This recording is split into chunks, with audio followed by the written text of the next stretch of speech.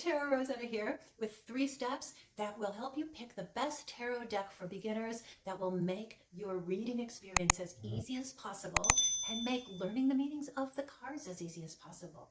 Okay, let's get started. The first tip is to choose a deck that has full illustrations on all 78 cards, not just the major arcana cards. So what do I mean by full illustrations? Let's take a look at a couple of examples. The 7 of Cups from the Wild Unknown Tarot. Notice that it's just showing you 7 cups. There's not very much key in this illustration to what the meaning of the card is.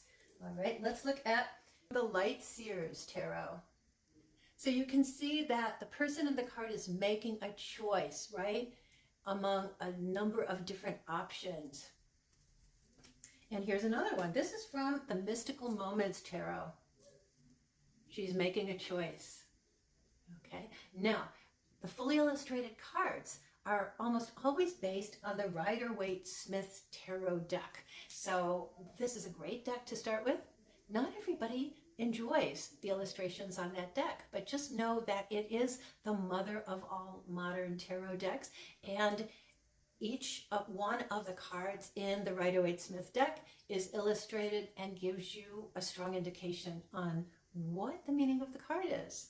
All right, step number 2, make sure that you actually see all 78 cards in the deck before you buy it. This is to make sure that you actually like all of the illustrations in the cards of the deck.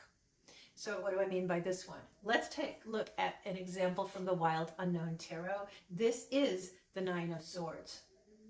Guys, this card scares the heck out of me. And, you know, it is a scary card in any deck that you find, but this is so terrifying.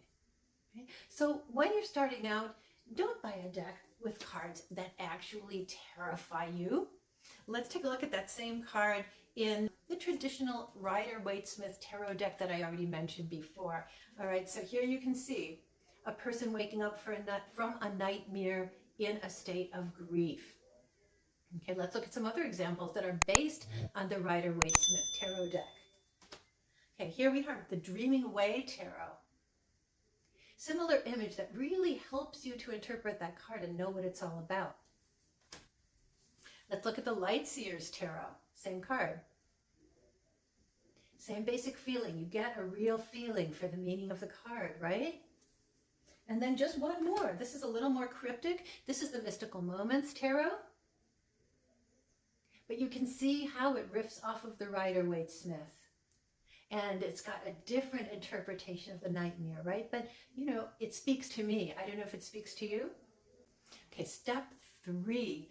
Avoid the strong impulse you might have to buy a tarot deck that has the meanings printed on the cards. Because these are general meanings, but they won't apply to every reading you do. So when I'm teaching my tarot clients how to read tarot, I'm always telling them that each card you pull is in relation to the other cards that you ask about the same question. So they form a story together. So if you're reading meanings that are written on the cards, or even those capsule meanings in the little white book that oftentimes comes along with your card deck, you get very confused when you say, well, this card says this and this card says that, and I don't get how they relate together. Because there's much more meaning than just these little capsule meanings that card decks for beginners that have the meanings printed on the card will give you. So what do you do instead?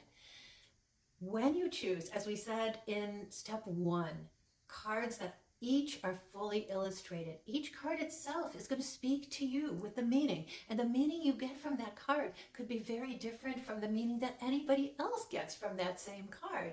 So yes, it is a good thing to read about the general meanings of tarot cards, but remember, those meanings were created by humans only about 100 years ago. So that's not a very long time. So let the cards speak to you.